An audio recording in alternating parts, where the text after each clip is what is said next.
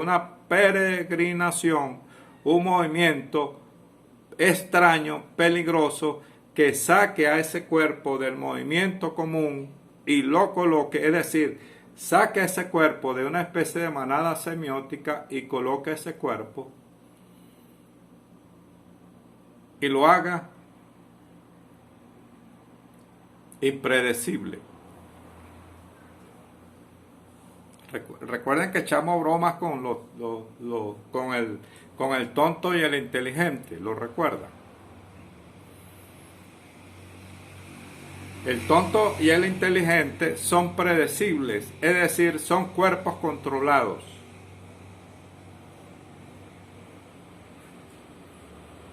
¿Qué producen y reproducen ese control? Al que muchos llaman ideología. El acolchado, diría Lacan, de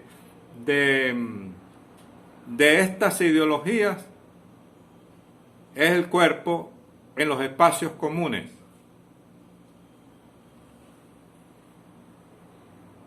¿Qué hace el cuerpo en los espacios comunes? Reproducir las lógicas dominantes.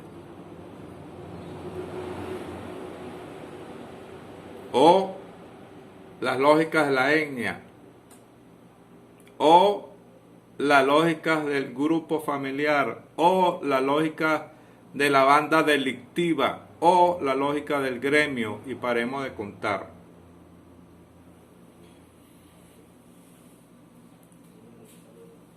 ¿Están en peligro estas lógicas en el siglo XXI? ¿Ha puesto la pandemia en peligro estas lógicas? O la forma, la nueva normalidad, como le llaman, pudiera convertirse en una reproducción de algunas lógicas de aquellas que predominaban y la introducción de nuevas lógicas, pero que no alteran el sistema de relaciones de lo común con el conjunto.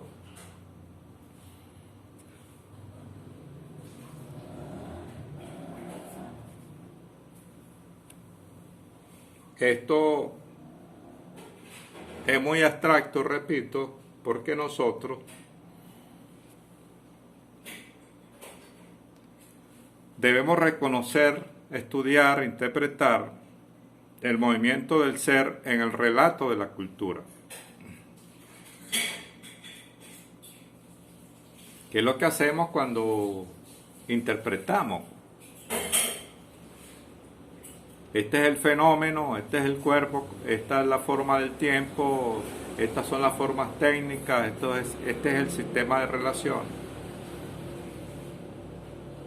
Y modelizamos para la interpretación, modelizamos el movimiento. Si no modelizamos el movimiento, no vamos a comprender el movimiento.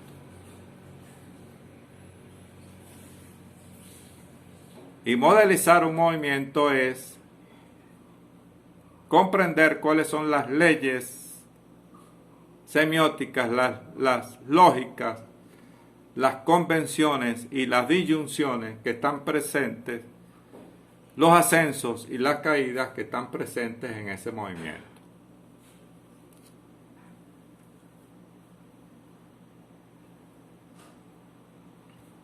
Por eso yo les envié, no sé si todos lo recibieron,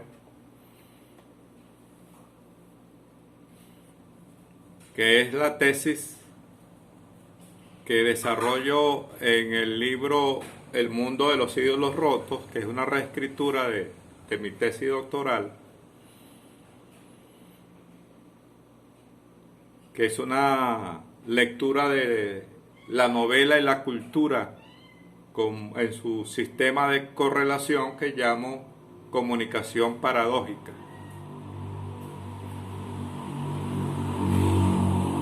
¿Y qué es lo que quiero desarrollar? Ojalá ustedes me acompañen en ese empeño, un próximo curso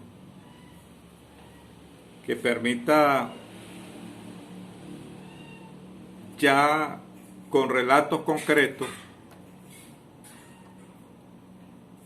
describir, interpretar y comprender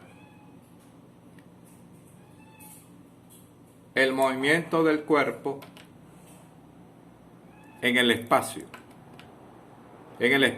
textualizado, en el espacio discursivo, en la oración donde alguien hace algo. Recordemos que hemos dicho que la oración es la base del discurso, sujeto y predicado. El doble predicado mente-cuerpo, que es inseparable, que son complementarios, así como son complementarias la objetividad y la subjetividad. Nada permanece aislado porque la cultura es un continuum semiótico que permite que los cuerpos se muevan de una manera en ese espacio llamado cultura, en esa gran representación conflictiva y espectacular llamada cultura. Pero la cultura, cada cultura debe ser interpretada desde esa cultura y no desde otra cultura, por lo que ya sabemos.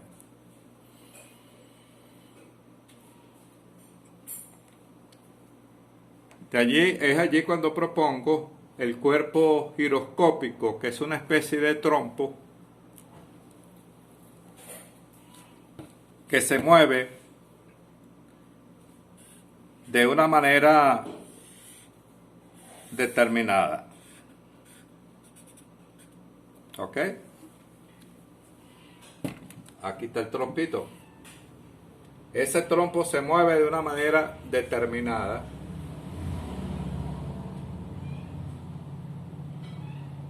Ese movimiento determina las trayectorias en el espacio. Y ese movimiento va a producir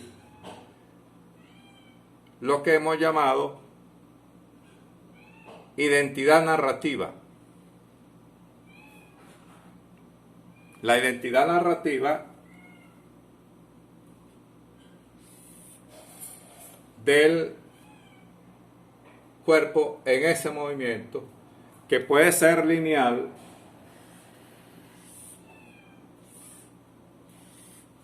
o no. Pero el punto de la escritura, el punto del relato, que es el instante,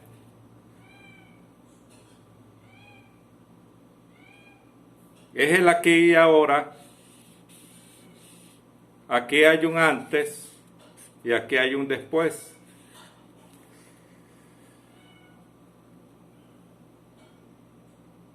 Ojo con este movimiento de un personaje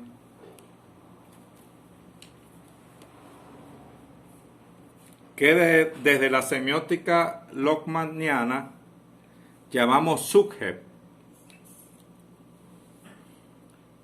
El personaje en un acontecimiento singular que es narrado, y ese acontecimiento que ocurre en un tiempo particular produce la identidad narrativa. Sabemos quién es el ser que actúa en ese instante y que marca una trayectoria en el espacio.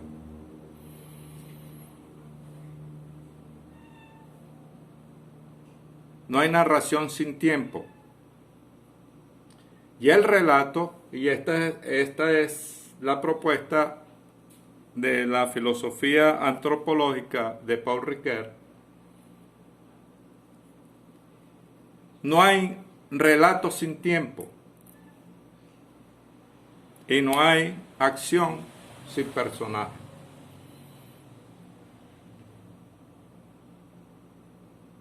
Por eso ustedes incorporan, observan, sea en un poema antiguo que tiene 2000 años, o sea en una novela escrita ayer, o sea en una pieza antropológica de hace 10.000 años, ese objeto recupera su trayectoria, su representación en un movimiento, porque deja de ser un objeto estático para meterse en el movimiento conflictivo de la cultura. Y pudiera representar un arquetipo